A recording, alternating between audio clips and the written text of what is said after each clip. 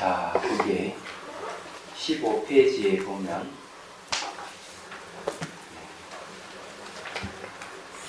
자비선수라는 시가 있어요. 읽어봅시다.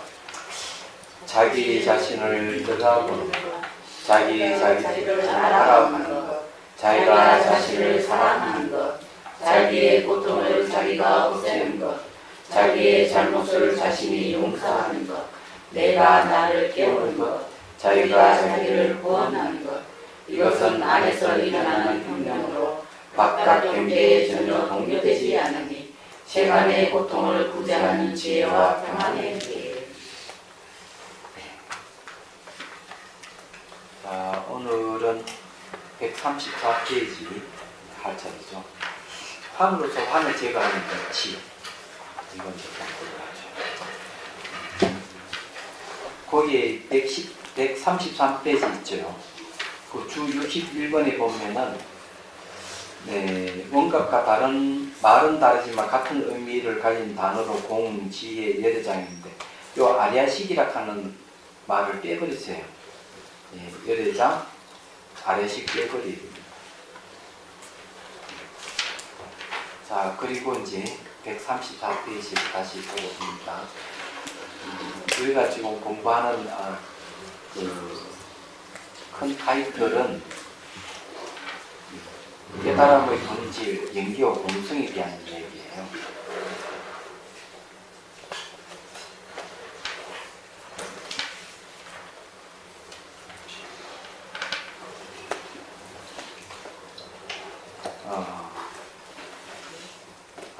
보자.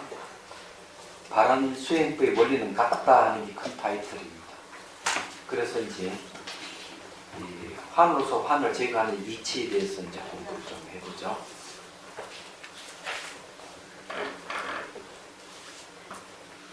읽어볼게요. 자비손을 형상화하여 몸을 관찰하는 방법은 관상법을 응용한 것입니다. 관상법이란 이미지를 시각하여 그 이미지를 관하는 명상법입니다. 대표적인 관상법으로 부정관이 있습니다.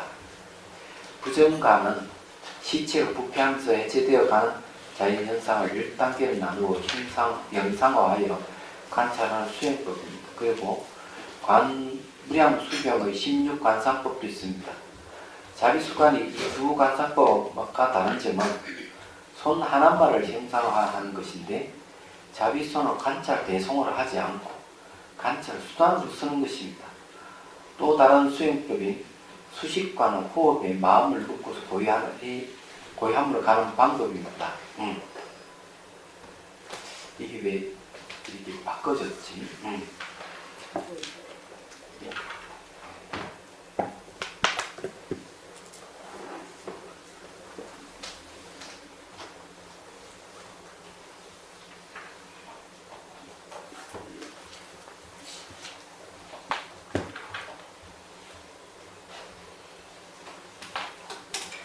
그 다음에 읽어볼게요. 관상품 심상을 밖으로 투사하여 투사된 영상을 집중 관찰하는 방법입니다. 관상법은 관찰 주체의 의식을 투사된 영상에 고정시켜 의식 흐름과 그 흐름에 같이 따르는 심리가 일어나지 않게 하여 전체 의식으로 가면서 마음의 고요함을 회복하고 원래적인 부동의 마음으로 가는 방법입니다. 여기에 이제 관상법이라는 게 있는데 이건 좀 이해가 좀 필요할 것 같아요.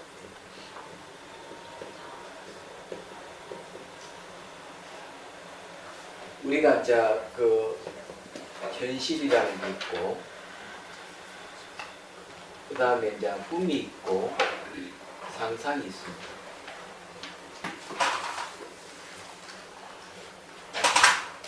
네. 그럼 뭐 현실과 꿈과 상상 이 세 가지는 같습니다.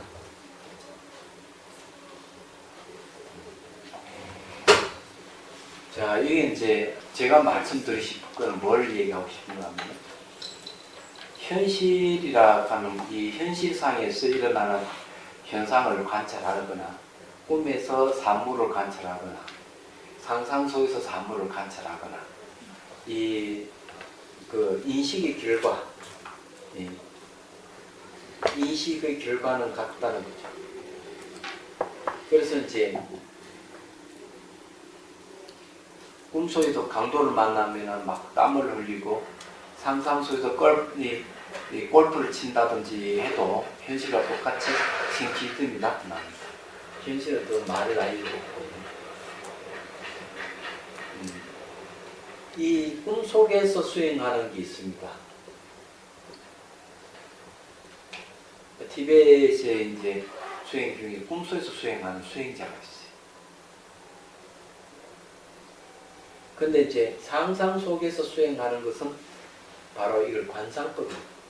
내가 이미지를 떠올려가지고 그 이미지를 보는 방법을 쓰죠. 그게 경전에서나 논수에서 많이 얘기하는 부분이에요. 그래서 이제 이 꿈 속에서 수행하고 상상 속에서 수행하는 것, 현실을 수행하는 이 세 가지는 같다고 하는 것은 꿈속에서 인식하고 상상 속에서 인식하고 현실에서 인식하기 때문에 인식 결과가 같다는, 그래서 수행 결과는 같다 이러는 거죠. 그러면 지금 이제 전 세계적으로 가장 많이 응용하는 것은 관상법이에요. 이걸 가장 많이 응용해요. 그럼 현실에서 응용하는 것이 이제 뭐가 있는가 하면은 시뮬레이션 같은 게 같은 원리입니다. 예, 건물을 하나 지으려고 그러면은 그 시뮬레이션을 만들어 가지고 그 건물을 보고 실제 이제 건축을 하기 때문에 그래요. 근데 그런 것은 마치 내가 상상해서 미리 상상을 하고 내가 상상했던 것이 이제 실제 실험을 통해서 그 결과를 확인하는 것이 이제 과학에서는 사고 실험이라는 방법을 사용합니다. 맞아. 이게 이제 가장 많이 사용하는 관상법이에요. 그래서 천년도론에도 관상법이, 이 부정관이라는 관상법, 초기 불교부터 있어 왔던 것이죠. 우리나라에서 이제 가나선이 들어오면서 상상하는 거라든지 뭐 이런 것을 완전히 부정해버리는 쪽으로 가는 거, 그런 거 수행도 아니다. 그런 수행은 수준이 낮다. 이런 식으로 얘기를 합니다. 그렇지만은 그렇게 보면 좀 곤란하다. 왜 그러냐면은 꿈과 상상의 형식은 같기 때문에 내가 상상을 떠올려서 하든 내가 꿈속에서 수행을 하든 수행 결과는 같이 나타난다는 데는 의의가 없습니다. 얘기하자면. 왜 단순하게 이제 상상을 하니까 뭐 안 된다든지 그거는 수준이 낮다든지 이렇게 하면 곤란한 거죠. 한 생의 부처가 되는 수행을 주장하는 게 밀교인데 밀교 수행이 기본적으로는 관상법이에요. 상을 내가 이미지를 심상을 떠올려서 관찰하는 방법을 쓴단 말이에요. 그런데 이 자비수관이라고 하는 방법은 내가 이미지를 돌려서 이미지를 보는 것이 아니고 이미지를 관찰 대상이 아닌 관찰 수단으로 사용한다는 데 다른 점이에요. 이 획기적인 방법입니다. 그건 왜 획기적인 방법이냐면은 우리가 땅을 파잖아요. 꽃갱이를 얘가 삽질을 하든 땅을 파는 데 있어가지고 그냥 땅을 파기는 어려워요. 눈으로 그냥 막 생각으로 땅을 팔 수 있을까? 생각으로 땅을 못 팝니다. 안 그래요? 그럼 땅을 팔려면 꽃갱이라 삽이 필요하죠. 도구가 필요한 거죠. 근데 실제 이파사나 수행에는 관찰만 해요. 지켜보는 관찰만 하는데 이게 속도가 굉장히 느린 거죠. 그러면 관찰을 할 때 도구를 사용하면 훨씬 좋다. 그래서 어떻게 하느냐? 자비손이라는 도구를 사용하는 거죠. 땅을 팔 때 꽃갱이나 삽이 필요하듯이. 그래서 몸을 관찰을 할 때도 자비손을 머리부터 발끝에 쓰다듬어 주는 거죠. 근데 관찰해도 반응은 오는데 이게 굉장히 느린 겁니다. 그래서 이제 외국 사람들은 이제 이파사나 참 좋긴 좋은데 지루하다 이렇게 얘기합니다. 이파사나 수행. 근데 남방 이파사나 수행은 어떤 거 하는가 하면은 뭐 배가 일어나고 사라지는 걸 관찰한다든지 이렇게 지극히 그냥 관찰만 하는 거예요. 이게 이제 시간이 많이 걸리죠. 그런데 이제 관찰을 하더라도 이미지를 상상 이미지 이 손을 만들어 가지고 쓰다듬어 주는 거죠. 쓰다듬어 주는 거죠. 그럼 몸이 반응이 빨리 나다. 그럼 관찰하기 훨씬 좋은 거예요. 얘기하죠. 그래서 여기서 자비수관의 손이라 하는 거는 관찰 대상이 아닌 관찰 수단으로 사용하는 거죠. 근데 이거는 뭘 얘기하는가 하면은 관찰하는 것에서 관찰을 도와주는 역할을 하는 겁니다. 획기적인 방법이죠. 그럼 공통점이 뭐냐요? 내가 지켜보는 관찰도 마음이고 이미지를 만들어서 쓰다듬는 것도 마음이에요. 같은 마음. 그래서 마음이 관찰 수단이 된다고 얘기를 하는 논조였어요. 이런 방법은 아마 제가 최초로 개발한 것이 아닐까 이런 생각도 합니다. 아직 좀 논설을 더 보면 그런 게 나올는지 모르지만 그래서 아주 획기적인 방법이다 이 말씀드리는 거죠. 우리 이걸 이해하려면은 한 가지를 더 이해해야 돼요.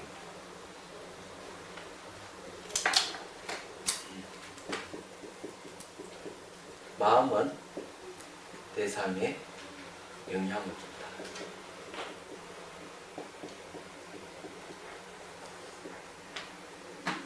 이게 아주 중요해요. 마음은 대상에 영향을 준다. 그러면 이 마음이라 하는 것이 하나는 그냥 직관, 내 알아차림을 한다.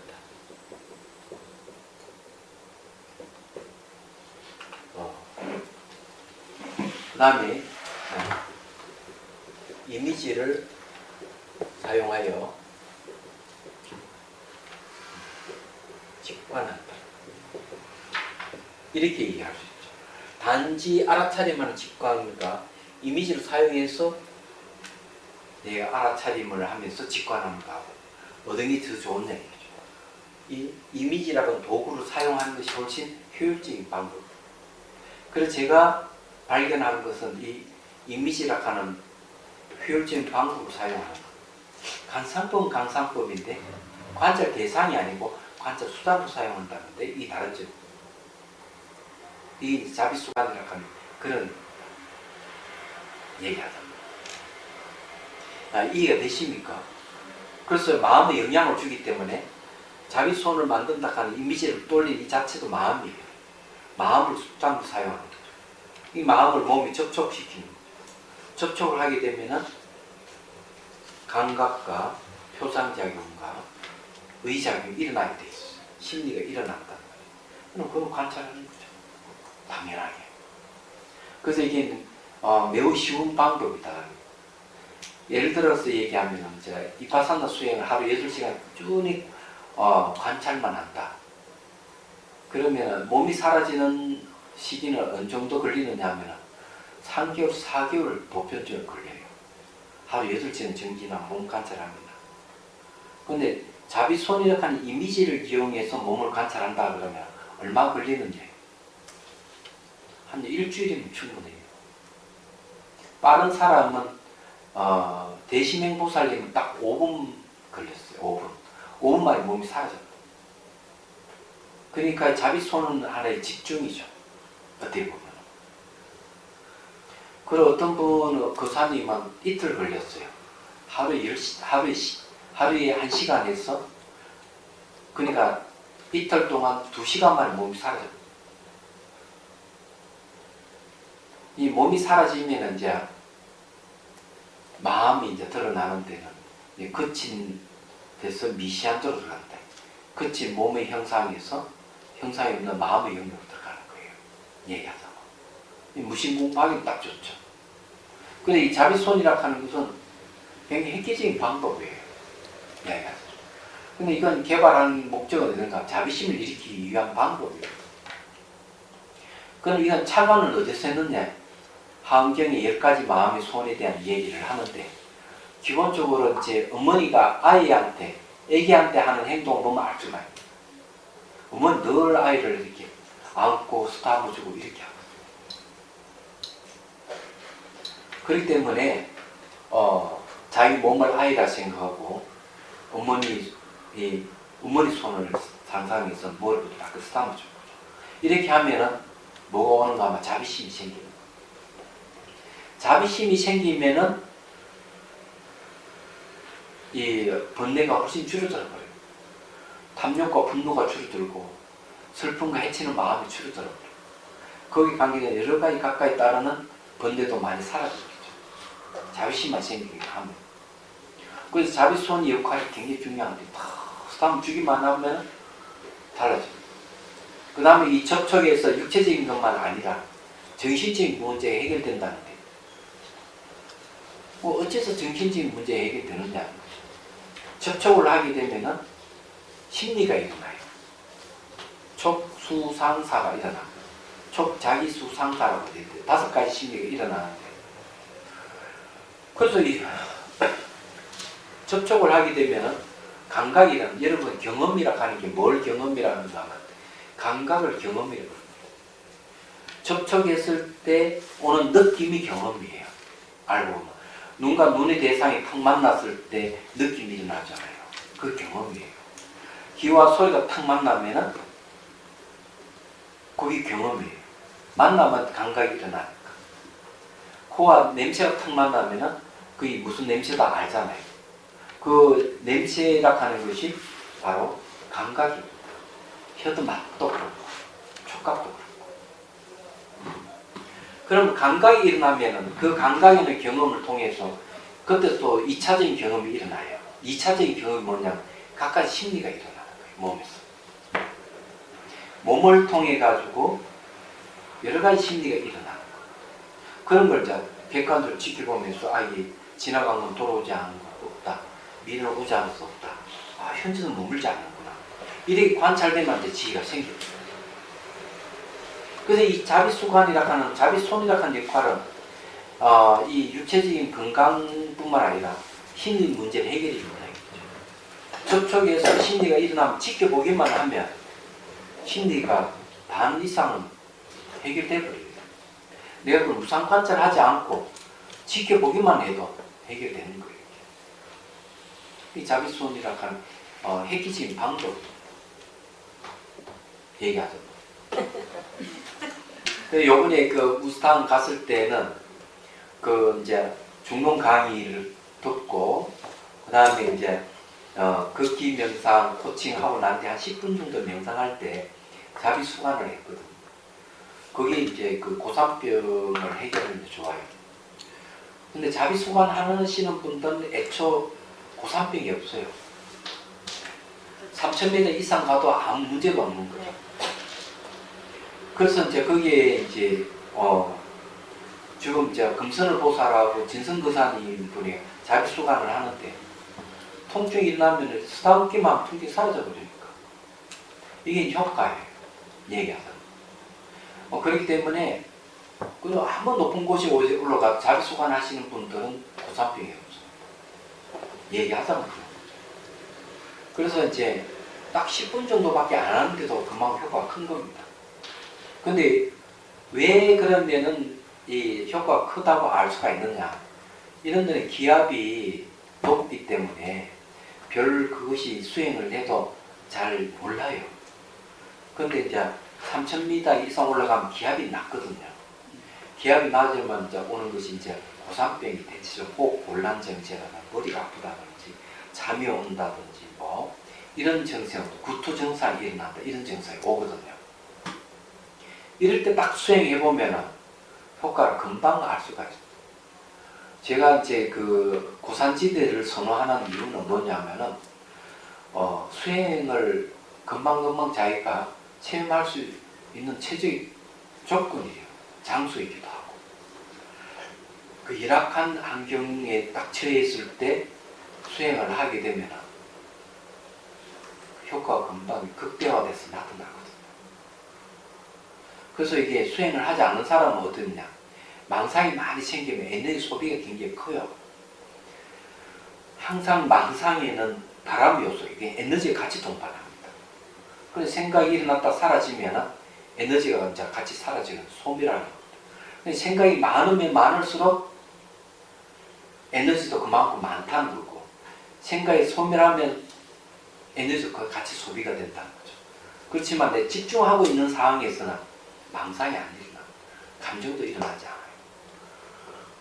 그러면은 몸이 힘이 딸리지 않아요. 에너지가 소비가 안 되기 때문에 늘 몸에 이제 에너지가 충만해지는 거죠. 얘기하자면. 그런 걸 잘 알 수 있는 곳이 이 낮은 지대가 아니고 높은 지대에서 잘 알 수가 있는 거죠. 그래서 이제 트리킹 명상이라는 이름 붙이는 이유도 그겁니다. 근데 그런데 가서 수행하면은 수행이라 하는 게 어떤 효과가 있다 하는 것이 금방금방 알 수가 얘기하잖아. 저도 저기 유럽도 가고 싶고 안 가고 싶은데 없는데, 그런데 왜 그런데 안 가고 저기 무스탕이라든지 티벳이라든지 히말라야 쪽 산으로 가느냐 하면 수행 때문에 가는 거예요. 이유가 다른 데 있는 게 아니지. 꼭 그렇지만은 않은 것 같은데요. 왜요? 높은 산 뭐 소련에도 있고 다 있어요. 그렇죠? 네. 네, 그럼요. 유럽에도 있고요. 그렇지. 네. 그 제일 만만한 데는 히말라야가 네. 제일 만만해서. 그래서 가시는 거지 뭐. 예. 꼭 수행 때문만은 아니시지 않아요. 아, 결국 요즘 네, 휴가. 네. 자, 그다음에 봅시다. 수식관과 간상법에서 쓰는 집중 명상 방법과 관찰하는 마음을 대상에 고려시키는 고요함을 사용하여 부동의 깨달음을 가는 방법입니다. 그에 비해 자비수관은 자비손의 도움을 사용하여 고요함이라는 정으로 들어가면서 관하는 마음을 대상으로 하는 자비 공간이 이어지고 마음의 움직임이 없는 부동의 깨달음을 얻는 방법입니다. 자꾸 부동이라는 말씀도 이게 왜 쓰느냐 하는 게 있어요. 자, 이것도 여러분들 이해를 해야 됩니다.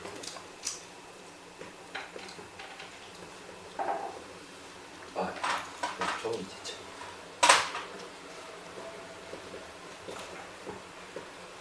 동에서 정으로 간다.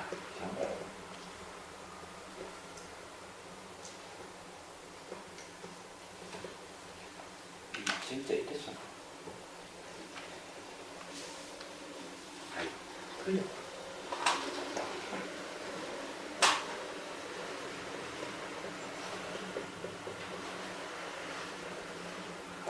자, 이거는 자 움직임에서 고요함. 고요함은 자 부동이에요. 움직임이 없어요. 왜 이런 말을 사용하는가를 이해를 하셔야 돼요. 이해. 그래서 이제 우리 기본적인 이해는 이걸로 해야 돼요. 고.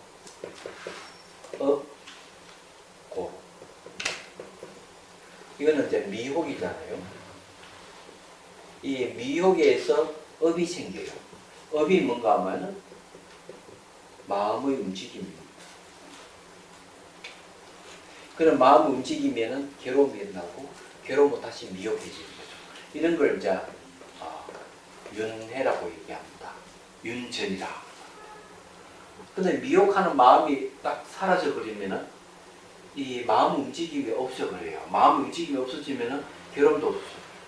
그럼 생사에서 벗어나 버려요. 그럼 마음 움직임이 없다고 얘기를 하는 거는 뭘 얘기하느냐? 무명이 없다는 소리 똑같습니다. 미혹이 무명이거든요. 네. 그럼 어떤 미혹의 내용이, 그럼 미혹의 내용이 뭐냐? 미혹을 다른 말로 하면 무명인데 어두움이잖아요. 이 무명의 내용이 뭐냐? 이렇게 하면 여기서 이 얘기하면 그런 거죠.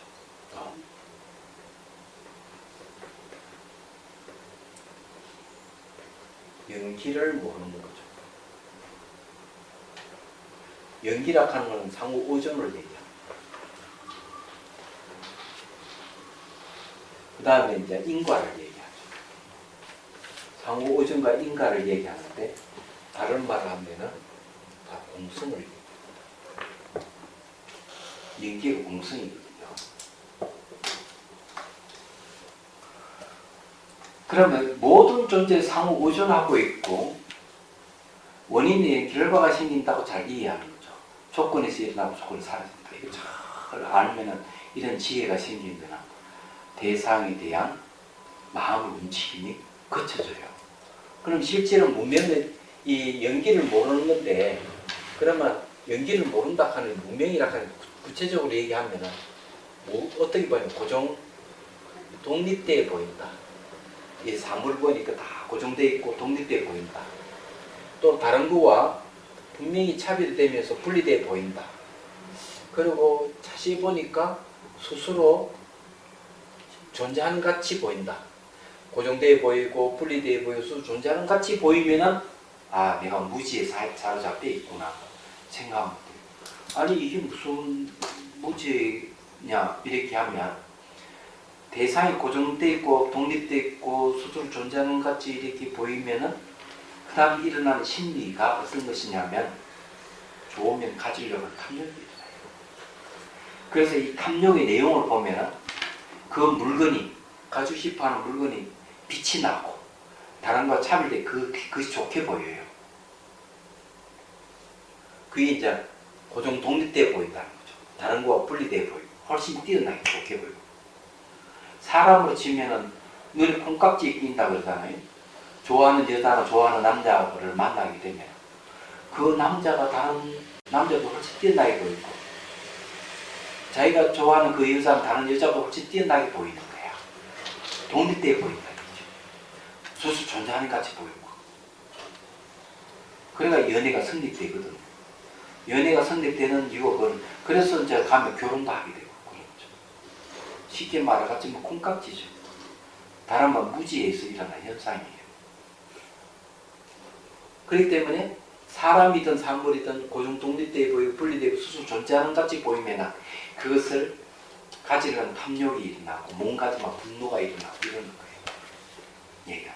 그러니까 그게 뭔가 하면은 이 업이라고 하는 마음 움직임이 뭐냐면 이 내용이 탐욕과 성냄과 어리석음이 안 들어가 있는 거죠. 이 안에. 그래야 막 분노를 하고 막 그러는 겁니다. 그래서 이제 마음의 움직임에서 고요함으로 간다 하는 깨달음을 얘기하고. 그래서 이제 그 대승기신론에서는 뭘 얘기하는가 하면은 각적 부동이라는 말을 씁니다. 깨달으면은 각적 깨달으면은 움직임이 없다. 부동이.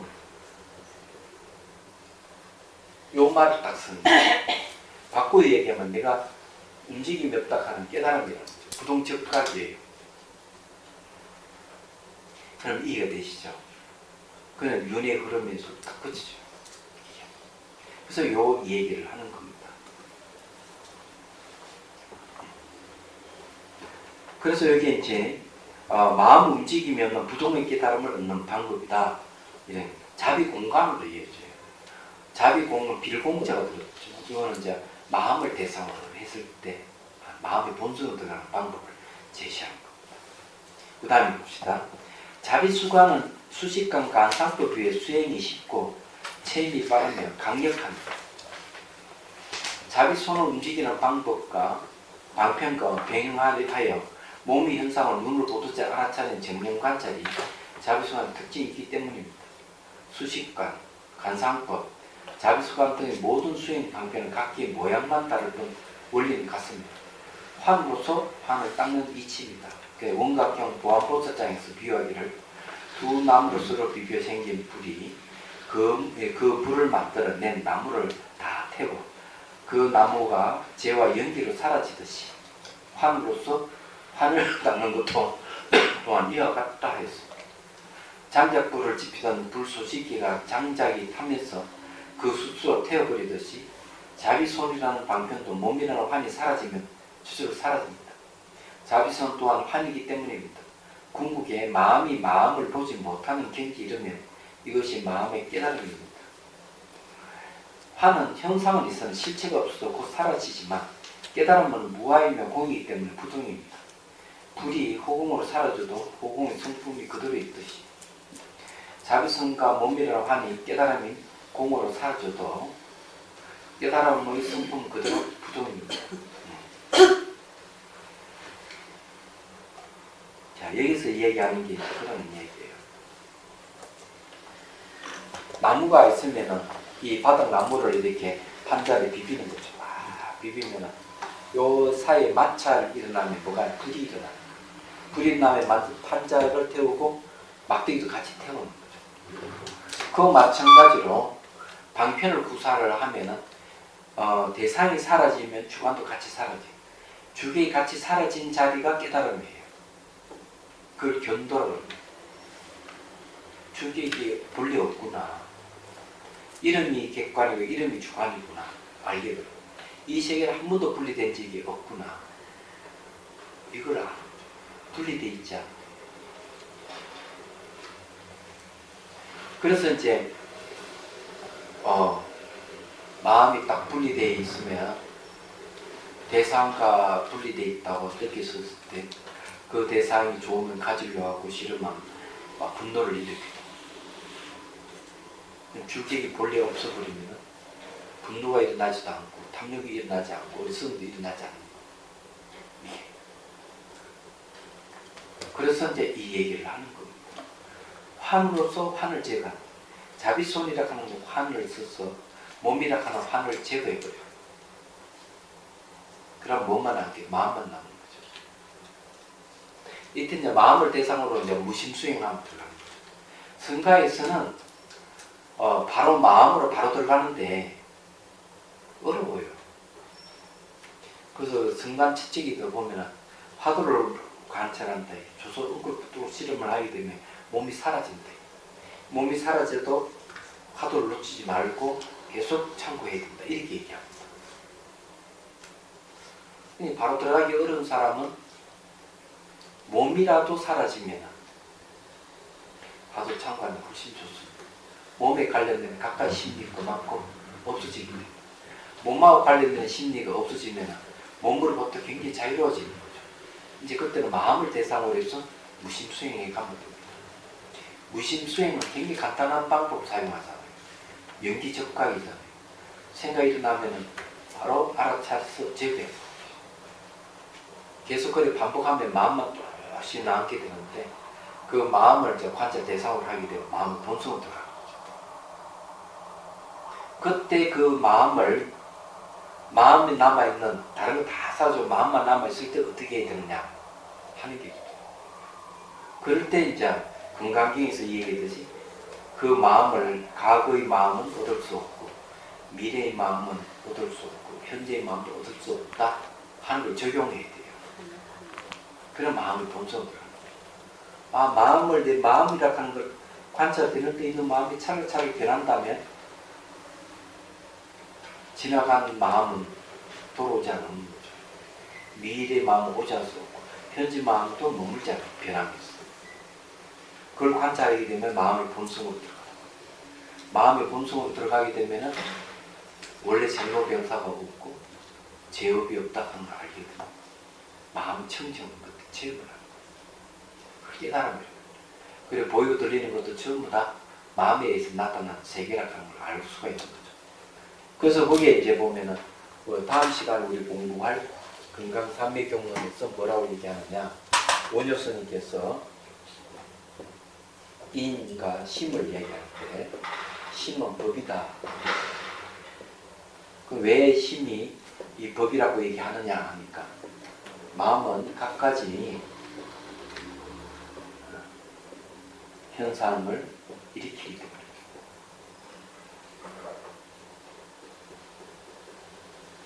갖가지 현상을 일으킨다. 이 현상이 뭐냐면 바로 법입니다. 그래서 이제 심이 법이다. 전신 법이요 황제분사가 마음밖에 법이 없고 법밖에 마음이 없다. 이 보이고 들리는 세계 전부 다 마음이 투영돼서 나타나는 세계라는 거죠.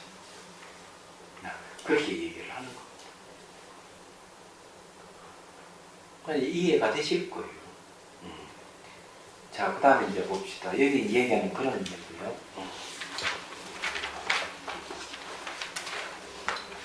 그래서 판으로서 판을 대거한다고 얘기했습니다. 관과 대상의 상응, 생각으로부터의 자유라고 되어 있죠. 자, 관과 대상의 상응, 이 관이라는 말을 어떻게 이해해야 될 것인가? 본다는 거죠. 관은 본다는 거죠. 내가 볼 때 보이지는 대상과 서로 상응관계, 서로 응하는 관계를 가지고 있다. 그러면 자기 생각으로부터 자유로워지기 시작한다. 그 말은 뭔가 하면, 내가 사물을 보잖아요. 보는 거는 관이에요. 보이진 데서 다 이렇게 보고 있을 때는 생각이 안 일어나요.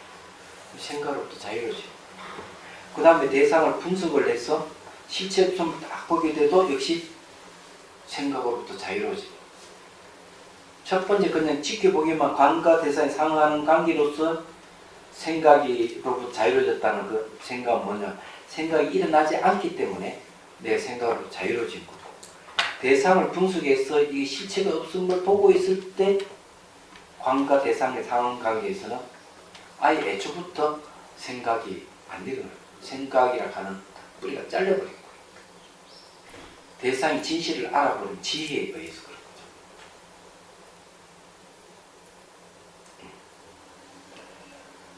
그래서 이걸 한번 봅시다.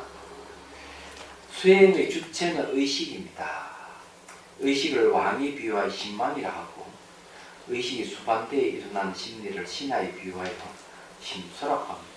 이를 심소유법 또는 심리라고도 합니다. 희망이 객관을 인식하게 되면 각각의 심리가 일어납니다. 왕과 신하는 딱 떨어질 수 없듯이 함께 작용합니다. 그러나 왕이 무엇을 하고자 해도 신하가 반대하거나 잘못된 길로 왕을 인도할 수 있듯이, 심리의 영향을 받는 희망은 심리의 성향에 따라 청정해지기도 하고 오염될 수도 있어요. 탐욕이나 분노 또는 자신의 이익을 위해 일어나는 심리는 마음을 오염시키고 마음을 하여금 나쁜 생각, 말, 행위를 하도록 합니다. 그래야 고통을 자초합니다. 그래서 이게 대상을 인식했을 때 그에 따라 대상에 따라 일어나는 심리가 청정하냐, 탐이라든지 분노로 오염되어 있느냐, 이게 아주 중요한 거예요. 이해하자. 그래서 이제 예를 들어 차자를 내가 딱 보고 있다. 딱 보고 있는데 이놈이 실체가 없는 걸 딱 보면 마음이 청정해요. 근데 이게 예쁘다, 모양이 좋다, 이걸 딱 하면 그 다음에는 가지고 싶은 욕망이 딱 생기고, 이게 가지고. 근데 이게 내 가질 수 없으면 막 분노가 일어나는 거예요. 이건 오염된 심리예요. 탐욕과 분노에 오염된 심리가 일어나는 거죠. 그래서 이게 내가 관찰 대상을 볼 때, 아, 이게 실체가 없다 하는 걸 알면은 아예 관찰 대상이 존재하지 않는다 하는 걸 알게 되는 거예요. 그러면 보여드는 거예요. 이제 탐욕이랑 분노가 안 일어나요. 그러면 생각으로 자유로워지기 시작합니다. 얘기하다가. 그 내용은 그런 거예요. 그 다음에 이제 우리가 알아야 될 심망과 심소에 대한 얘기를 좀 해야 돼요.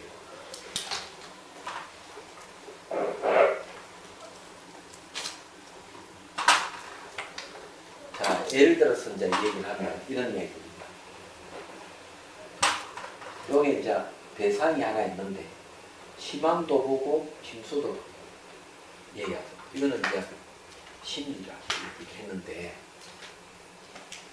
심망과 심소는 같은 대상을 보고 있어요. 그런데 심망은 어떻게 보는가 하면 이거 전체를 봤어요. 이거 전체 의식이 됩니다. 심소는 어떻게 보면 희망이 수속되어 있는 법, 심소의 법이거든요. 이걸 볼 때는 이 모양과 색깔을 봅니다. 아, 모양이 어떻다?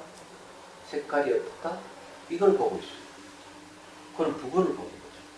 전체를 보는 거와 이거는 부분을 보는 거예요. 예. 부분 의식입니다. 이를 붙이면 똑같은 대상을 보는데도 하나는 전체를 보면서 동시에 부분을 보는 거. 이건 뭘 얘기해 주느냐, 그죠? 그런데 이제 이 부분을 보는 심소가 심망에게 영향을 준다 이거죠. 그래 이 심리가 사라져 버리면은 왜 이래? 각가지 심리가 사라지면 선정이에요. 마음을 고요합니다. 아무것도 없어요. 전체를 보고 있는 의식만 남아요.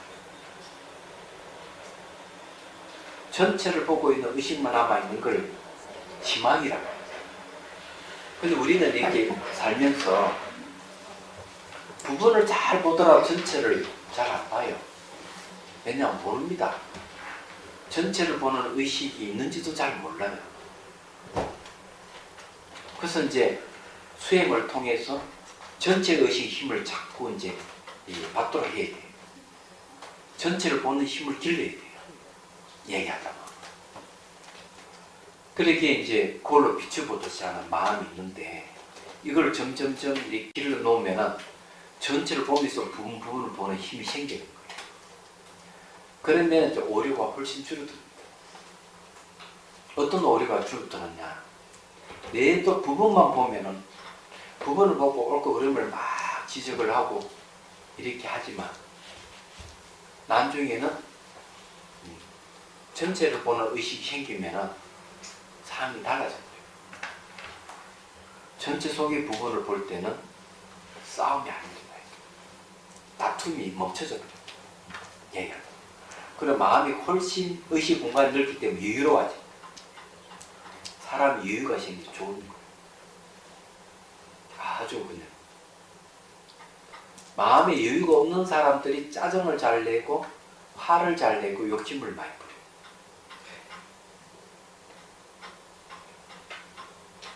그러는 거예요. 이게. 그래서 이제 여기 이제 얘기하자면 심망은 전체에 보는 의식이라면 심소는 부분을 보는 의식. 예, 심리 현상이라고 이런 거죠. 이걸 잘 알아야 된다 하는 겁니다. 그러면 이제 집중하는 집중 명상과 분석 명상을 이제 통해 가지고 심소가 점점 이제 줄어들게 돼요. 그러면 이제 뭐가 생기는가 하면 선정이 생깁니다. 마음의 고요함이 생기는 거죠. 자, 그 다음에 보도록 합시다. 반면 알아차림의 수행 심리인 정념은 현재 이 순간 이 자리에 머물며 깨 있기 때문에 모든 것과 함께하는 자비심이 생깁니다. 그래 남의 어려움을 구하고자 하는 이 선한 수행 심리는 마음을 편안하게 하고 몸과 말과 생각으로 짓는 선한 삶법을 즐겁게 합니다. 이 알아차림은 심리 여기 수행 심리 중에서 정념이 있어요. 정념. 요 속에 이제 정념이 있는 거죠. 여기 이제 알아차림입니다. 이게 이제 전체를 보는 속에서 정념이 이렇게 알아차림을 이제 하는 게 아주 좋아요.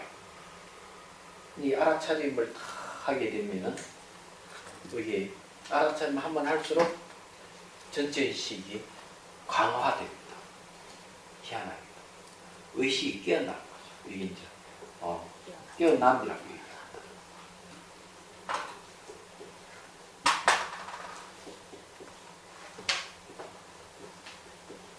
의식이 딱 깨어나는 거예요. 알아차리가. 자, 괴로움에서 해탈하기 위해 몸과 마음을 관찰하는 수행 심리는 마음을 청정하게 하여 주객이 사라져 더 이상 선하지 않는 심리가 일어나지 않게 하며 결국 한 마음을 깨치게 합니다. 한 마음에 가면 주객이 사라져버린 한 마음 상태를 얘기하는 거죠. 그 이후 대상을 인식하게 될 때 수행 심리는 지혜로서 작용하게 되고 마음의 자비가 충만하게 됩니다. 수행할 때는 망념 모두 사라져야 합니다. 망념이란 항상 주객으로 나누어지고 선하고 구분된 특성을 가지고 있어서 존재의 본질이 한 마음과 합쳐질 수 없습니다. 정념으로 주객의 구분이 사라져야 한 마음을 깨달을 수 있습니다. 여기 알아차림에 대한 얘기를 좀 하죠. 여러분 볼펜이 있죠? 한번 잡아봐요. 볼펜 잡으면 요 감각이 있죠? 네. 감각을 아는 걸 알아차림이 돼요. 감각이 알아차림이 아니고 이게 어떤 감각이 있습니까? 딱딱하다. 딱딱하다는 감각을 내가 알았다 이러면 딱딱하다 아는 이 마음을 알아차림이라. 뒤에 차림이라는 정신 차림 이런 뜻이 있는데 즉각 바로 안다. 내가 생각해서 아는 게 바로 탁 좀 딱딱하고 걸 바로 알아요. 색깔을 보잖아요. 색깔 바로 알죠. 이거 여기는 까만색, 여기는 뭐 글씨는 빨간색 있네. 바로 내가 생각 안 해도 바로 알죠. 이렇게 아는 걸 알아차림이라고 해요. 그래서 간단하게 알아차림을 착각해가지고 느끼려고 하는 걸 알아차림이라고 하면 안 되는 거예요. 감정이 일어나면 감정을 내가 내 감정 안 좋은 감정 내가 알았대. 그럼 그건 알아차림. 기분 나쁜 감정이 있군. 그런 그 기분 나쁜 감정을 알면 그걸 알아차립니다. 그래 알아차림은 감각이라는 감정이라는 생각도 알아차릴 수가 있어요. 망상이 일어나는구나 알아차리게 돼. 알게 됩니다. 그런 아는 걸 이제 정념이라고 해요. 그래서 여기 이제 정념이라는 알아차림에는 기본적으로 기억이라는 잊어버리지 않는 기억이 있는 거죠. 그런 건 이제 적각 안다. 그 다음에 이제 다른 말 하면은 정신 차림입니다.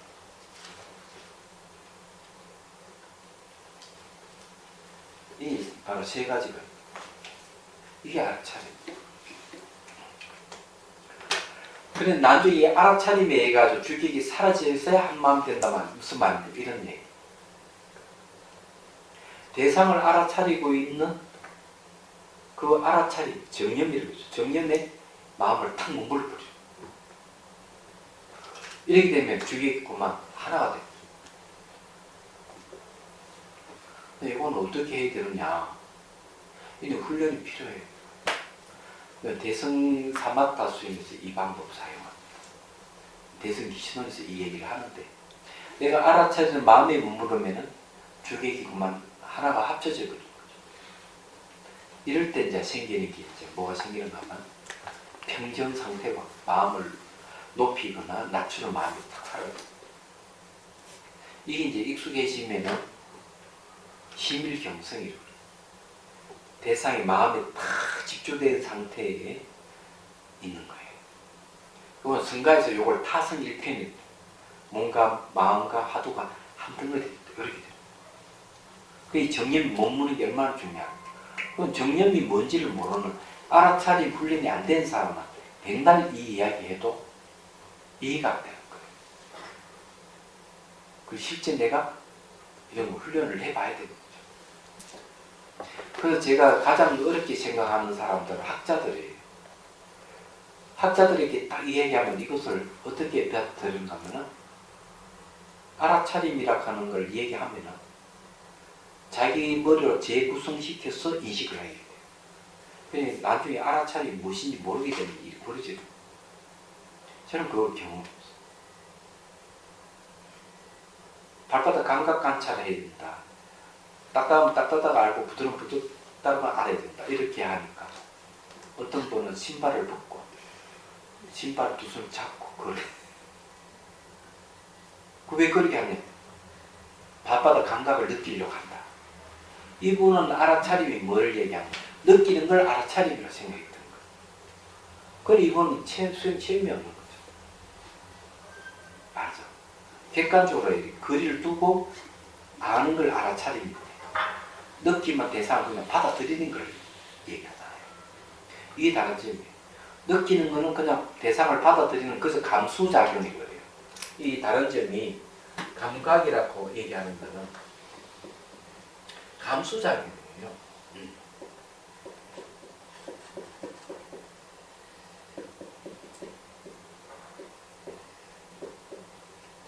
감수는 받아들인다는 거죠. 감수작용. 그런데 이 알아차림은 다르다 이거죠. 감각은 대상 그냥 착 받아들이는 느끼는 걸 얘기하는데 알아차림은 거리를 두는 거죠. 감각이 일어나면은 거리를 두고 감각이 무엇이라고 아는 걸 얘기하는 거예요. 이걸 알아차림이라고. 그래 금방 여러분들이 이거 딱 잡으니까 딱딱하다 알잖아. 딱딱하면 감각인데 감각을 아는 게 알아차림. 감정이 일어나면 격한 감정이 마음이 감정이 극해졌네? 이제 알고 있는 게 알아차림. 수행은 알아차림을 하는 거예요. 이런 것도 분명하게 해야 된다.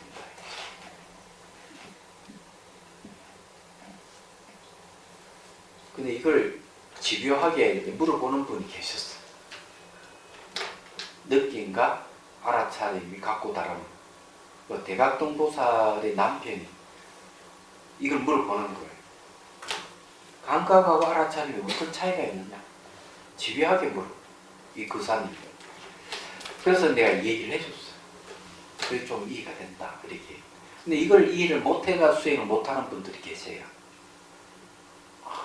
그런 걸 난 깜짝 놀라서 그냥 다 아는데 안 되는 분들이 계시더라고. 알아차림이라는 용어 자체를 소화를 못 시키는 분들이 계시더라고요. 자, 그 다음에 봅시다. 정념은 대상을 객관적으로 보게 합니다. 객관적으로 보기 위해 정념은 수문장같이 대상을 따라가지 않고 마음을 지키지만 대상의 무상성을 보기 시작하면 무상한 것은 소유할 수 없다는 것을 알게 됩니다. 그러면 마음은 대상에 의해 움직이지 않습니다. 마음을 대상에 뺏기지 않기 때문에 그때부터 대상을 객관적으로 관찰할 수 있습니다. 이 말은 무슨 말이에요? 이런 거예요. 수문장은 어때요? 이렇게 다 사람이 오고 가는 걸 지켜보기만 하죠. 따라가지는 않아요. 지켜보기만 하죠. 알아차림이 그와 같은 역할을 합니다. 그냥 이제 지켜보고. 대상이 막 따라가면 대상이 무엇인지를 모르는 객관성을 잃어버려요.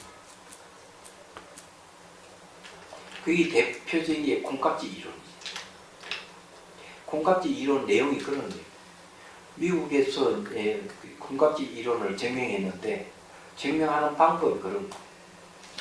두 남자가 사랑하는 남녀를 이제 참가시키는 거예요.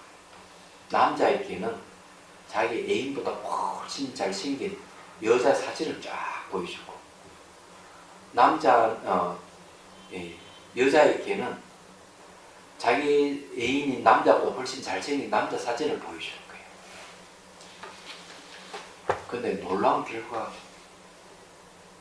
여자가 보는 자기보다 훨씬 잘생긴 자기 애인보다 잘생긴 남자 사진을 봐도 마음이 동요가 없어요. 남자도 마찬가지예요. 자기 애인보다 잘생긴 여자 사진을 보여줘 동요가 없어요. 그런데 남자에게 자기 애인 사진 보면 마음이 벌써 쿵닥쿵닥 뛰는 거예요. 여자에게 자기 애인이 남자 사진을 보여주면 가슴이 뛰는 거예요. 희한하네 진짜. 그게 콩깍지 이론입니다. 증명돼. 다 경험해봤죠, 그죠? 콩닥콩닥 뛰는 거. 그런 거죠. 그런데 이 콩깍지를 깨는 것이 바로 알아차림입니다. 거리를 두고 알아차림만 훈련하게 되면은 콩깍지를 벗어지게 되는 거죠. 그래서 이 국가 정책으로 알아차림을 사용하게 되면 좋은 점도 있고 나쁜 점도 있겠다는 생각을 해요. 좋은 점은 어떤 게 좋은 점이냐? 알아차림 열심히 하면 부도덕성이 없어져요. 부도덕성이 없어지기 때문에 사회가 건전해지는 거죠. 객관적으로 보는 눈도 생기고 얘기하잖아요. 그런데 알아차림을 나쁜 점은 뭐냐면 알아차림 너무 세게 해버리면 남녀 정이 없어가지고 결혼을 안 하게 될 것 같은 느낌이 들어요. 그럼 애가 안 생기면 국가적으로 손실이 커. 한 아이가 태어나는 경제 효과가 1억 내지 2억이라고 하는데 아이가 많이 생겨야 기저귀부터 해가지고 아이에 관계된 용품, 그 교육 프로그램 이런 것들이 전부 다 관계하거든요. 그러니까 이게 사람의 경쟁력이에요. 인구가 많으면 많을수록 경제 효과가 높은 법이에요. 요즘은 막 아이가 점점 줄어드니까 학교도 보면 자꾸 줄어들고 경제 효과가 계속 감소하잖아요. 그래서 이제 산하 제한하던 시절에 그때 그것이 그 정책이 좀 효과가 지금 나타나는데 역효과가 나타나고 있다고 얘기를 하죠. 맞아. 제가 좀 이상한 말을 했죠. 근데 알아차림 열심히 해야 돼. 그 알아차림 한다고 결혼 안 하는 건 아닐 거라 생각합니다. 그 다음에 이제 봅시다. 이때 객관은 주관이 배제된 객관이지만 엄밀히 말하면 객관이라고 할 수 없습니다. 왜냐하면 주관이 배제되는 것은 객관이 없다는 뜻이기 때문입니다. 자신의 생각이 개입된 주관의 입장에서 대상을 볼 때 그 대상도 생각이 반영된 객관이기 때문입니다. 객관되게 되는 것입니다. 그래서 생각, 감정, 의도가 첨가되지 않는 정령과 감정과 생각이 오염되지 않는 대상이 일치되는 것을 상이라고 하고 이것을 일념상이라고 합니다. 한 생각이 두 생각도 아니고 세 생각도 아니에요. 거기는 감정과 생각이 전혀 개입되지 않는 것을 일념상입니다. 정령과 대상이 상응했을 때 무상공 무아를 볼 수 있습니다. 상응하지 못하는 경우는 그 대상이 자기 감정의 생각을 덧붙여 없던 것 사실을 새로이 만들어냅니다. 예를 들어 어떤 느낌이 있어. 그 느낌을 관찰하려고 합니다. 근데 그 느낌이 객관적으로 관찰이 되지 않을 때는 느끼는 감각에 대해 갖가지 감정과 생각을 덧붙여 어떤 사실을 만들어내요. 생각은 과거로, 미래로, 현재로 왔다 갔다 합니다. 이는 그 감각에 대한 감정과 생각을 자기와 동일시함으로써 일어난 현상으로 결국 실제의 관찰 대상이 잊어버리게 됩니다. 수행이라 말하는 그 관찰 대상에 대해 감정과 생각이 대입되지 않도록 하는 겁니다. 정령과 대상이 상응했을 때 그 대상은 법으로 삼법으로 나타나게 되고 이때 비로소 감정과 생각으로부터 자유로워지는 순간입니다. 이 말은 뭔가 하면 대상이 매 순간 변화를 지켜보고 있을 때는 감정과 생각이 안 된다. 왜냐하면 그 대상을 소유할 수 없다는 이의가 오기 때문에. 제가 어릴 때 그 시장 근처에 살았어요, 우리 집이. 근데 그 시장에 불이 나가지고 큰 불이 났어요. 그때 우리가 어디 사는가 대구에 달성 초등학교 그 근처 좀 떨어진 곳에 살았거든요.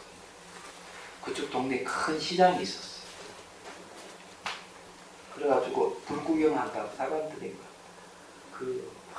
많이 갔는데 한 아주머니가 자기 집 불난 걸 보고 막 웃기도 하고 울기도 하고 그러는 거예요. 그래서 궁금해서 어른한테 물어봤어요. 왜 저 아주머니는 왜 울기도 하고 울기도 하고 그러시냐고. 어른들이 하는 얘기 그런 거예요. 그게 이제 그 계랄 같은 그런 게 좀 있었던 거죠. 그게 불이 나면 팍팍 터지니까 막 울다가 자기 불난 집을 또 보면 막 울다가 그러더라. 그런 얘기를 하더라고요. 그런데 이제 그 불난 걸 보고 막 슬퍼하는 거는 자기 재산이 소멸되니까 슬퍼하죠. 아이고, 다른 이유가 있는 게 아니거든요. 근데 이제 깊은 통찰을 가지고 있는 사람들은 그 불난 것에 대해서 애달게 생각하지 않습니다. 생기면 반드시 사라진다는 이치를 알게 되면 불이 나도 마음에 동요가 없는 거죠. 얘기하죠. 근데 그런 지혜가 없는 사람이 희노애락에 휩싸일 가능성이 많아요. 애인이 떠나가면 막 가슴이 찢어잖아요. 그런데 생기면 사라진다는 이치를 알고 사라지는 거 소유할 수 없다 하는 거 분명히 알면 애인이 갈 때 가슴 쥐어짜는 게 아니고 손을 들고 잘 가라고 이렇게 해줄 수가 있어요. 이런 사람은 지혜가 있는 사람은 나잖아. 그에 대해서 마음의 동요가 없는 거죠. 그 이게 이제 그렇게 되려면은 대상을 무상으로 보고 무아로 보고 이 고로 봐야 돼요. 무상, 고, 무아로 보고. 그리고 보고 있을 때는 그 대상과 마음이 서로 상관관계를 이루고 있는 거죠. 그러면서 그의 감정의 생각이 안 일어나요. 이런 훈련하는 것이 수행이에요. 오늘 여기까지만 하겠습니다. 네. 질문 있으면 하십시오. 예. 아까 그 전체를 보는 거 말씀하셨는데 신방이요. 그럼 그 전체를 보는 방법이 좀 어떤 방법? 전체를 이제 본다 하는 게 이제 어떻게 이제 이걸 걷기 명상 때는 많이 사용해요. 그래, 걷기 명상 때 어떻게 이제 사용하는가 하면은 이번에 이제 그 걷기 명상을 할 때 처음에는 이렇게 했습니다. 발바닥 감각, 발가락하고 손가락 감각 의식을 손가락과 발가락 동시에 툭툭툭 하는 거죠. 걸어갈 때. 그래 조금 되면은 정수리 두개 하고, 그래 발가락, 손가락, 정수리 같이 두개 하는 거죠. 근데 처음 하시는 분이 잘 안 돼요. 발가락에 의식을 두면은 그만 손가락 잊어버리고, 손가락에 의식을 두면 발가락 잊어버리거든.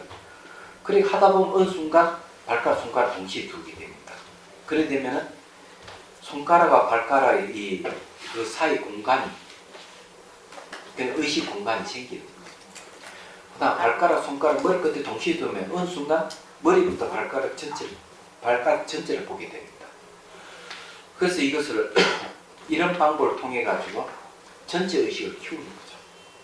그 다음에 이제 어떻게 하는가 하면은 뒷머리 보면은 감각이 있어요. 의식의 뒷머리 감각을 두고 대상을 보는 거죠. 눈을 갖다 저 산능선에 걸쳐둔다 이렇게 하는. 그러면은 의식이 자기 뒷머리부터 산능선까지 의식 공간이 넓어지는 거죠. 그게 좀 되면 이제 그 다음에 뒷머리하고 발가락하고 그 다음에 저 산능선하고 동시에 같이 의식을 두도록 하는 거죠. 의도적으로 그렇게 하면은 처음에는 굉장히 생소하고 어렵지만 이 동시에 되면 어느 순간 주관 객관이 한 공간을 이루게 됩니다. 우리는 밖을 보면 자기 자신을 잊어버리고 자기를 보면 바깥을 잊어버리는데 몸에 있는 감각을 다 알아차리면서도 바깥 대상도 같이 보고 있는 거죠. 내 안에 나의 몸에서 일어나는 감각과 바깥에 여러 가지 일어나는 현상들을 같이 보는 거죠. 이러면은 이제 의식 공간이 넓어집니다. 그럼 이게 무슨 효과가 있는데, 그렇게 하다 보면은 이제 건뇌라든지 그냥 생각이라든지 감정이 훨씬 줄어들어버린다는 걸 알게 되는 거죠. 굉장히 여유롭게 된다는 거죠. 그래서 처음에는 의도적으로 그렇게 하고 나중에 익숙해지면은 내가 일부러 그렇게 하지 않더라도 자연스럽게 온몸을 다 보고 바깥 대상 같이 한 공간을 이루면서 같이 걸어가게 되죠. 얘기하자면. 그렇게 이제 그럼으로써 대상으로도 자유로워지기 시작하는 겁니다. 이거는 이제 희망의 힘을 키우는 거죠. 근데 이건 나중에 이제 자선할 때 선정이 들어갈 때도 매우 유리합니다. 한 대상에 집중해 가면 바로 의식 자체가 한 대상에 집중하고 있으면 감정 생각 안 된다. 고요함으로 가거든요. 근데 요번에 이제 그 어떤 일이 있는가 하면은 그 수행자 중에서도 이런 분이 계셨어요. 로만 땅에서도 가장 경치가 좋은 데 갔어요. 근데 그게 매우 위험해요. 경치가 좋긴 제1경이라 하는데 이게 옆에 지금 낭떠러지예요. 옆으로 아주 조심조심히 가가지고 요번에 막 갑자기 이 말가 좋더라고. 그래서 산 꼭대기에 올라가서 다시 내려가는데 한참 가다 내려갈 때는 이제 줄을 잡고 내려가는 부분이 있어요. 그쪽으로 가면 동굴 수행지가 있어요. 동굴 수행지에 벽화가 많이 있어요. 이런 벽화라든지 이런 거는 이제 신교수 전문가이기 때문에 신교수 강의를 또 그때마다 우리 사원이라든지 동굴 수행체라든지 뭐 그런 데 가면 이제 강의를 듣거든요. 신교수가 필요했던 이유가 그거였습니다. 그래서 그게 딱 한 10분 전 명상하는데 벌써 한 사람은 탁 앉으면 몸도 사라져버리고 그 주변이 공간이 다 사라져. 자기 혼자만 의식이 나. 이런 상태를 가는 거예요. 벌써. 그래서 이게 한 공간이 되는 훈련이 잘 돼 있는 사람은 앉으면 금방 그 상태로 들어가 버리는 거예요. 이 걷기 명상하고 자비수가 자선을 할 때하고 같이 연계돼서 나타나는 현상들이죠. 이야기하자면. 요번에 이제 그 6월 달에, 6월 말경에 한강을 걷다 걷기 명상을 합니다. 하는데 그 프로그램이 뭔가 제가 7분 정도 걷기 명상에 대해서 본문하는 내용이 들어가고 제가 제일 첫 번째 주자입니다. 서울 센터에 다 참석을 해야 됩니다. 정말이에요. 다 참석을 해가지고 특히 경험 있는 분들이 앞에 딱 이렇게 하면 좋겠어요. 경험 있는 분들. 우리 저기 양재천에 할 때는 200명이 같이 했거든요. 근데 이번에는 다 100명 단위로 한번 끊어서 할 것 같습니다. 그래서 이제 BTN에서 전부 다 이번에 나와서 촬영할 거예요. 날아가면. 그때 한강을 걷다 많이 동참해 주세요. 같이 걸읍시다. 그게 이제 서울시하고 같이 하는 것이기 때문에 아주 중요해요. 또 이제 걷기 명상을 알리는데 아주 중요하고요. 또 스님 그렇게 전체 의식이 커지면 제가 일상생활을 할 때 어떻게 어떤 상황을 보고 판단해야 되는 그 지혜가 필요한 경우가 있는데요. 그럴 때도 그 전체적으로 잘 전체 속에서 부분이 작용합니다. 전체를 보면서도 판단이 다 일어나요. 판단하는 심소가 하거든요. 다 판단을 다 해요. 그러면 내가 마음이 좁은 상태에 판단하는 것보다 넓은 상태의 판단은 더 정확하죠. 알고 보면. 그래서 일상생활에 엄청 도움이 되는 거예요. 그렇죠. 자, 휴식했다가 또 공부하도록 10분 휴식.